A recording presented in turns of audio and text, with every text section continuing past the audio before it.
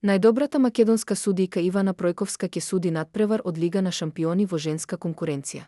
Искусната Пројковска ќе ја дели правдата на четвртфиналниот надпревар меѓу екипите на Волфсбург и Барселона. После големата трагедија која се случи во Кочани, каде животот го загубија 59 лица, репрезентативците на Македонија денес се собраа во Скопје на стартот од квалификациите за светското првенство, кое се игра следната година во Соединетите Американски држави, Мексико и Канада. Денес беше одржан и првиот тренинг за саботниот меч со Лихтенштеин. А со оглед на големата трагедија која се случи во Кочани, сите медиумски активности на репрезентацијата ќе бидат сведени на минимум.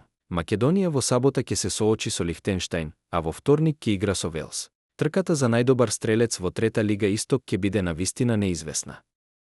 На врвот од истата е фудбалерот на слога Виница, Игор Ѓорѓиев со 10 гола, на второто место е Октај Амедов со 9 гола, исто така од слога Виница. По 8 гола имаат Петар Илиев од Дојранско езеро и Дарко Нацев од Овче поле, а пак по 6 гола имаат Кристијан Ристовски кој настапуваше за слога Виница, но направи трансфер во второлигашот Осогово и Димитар Стојановски од Овче поле.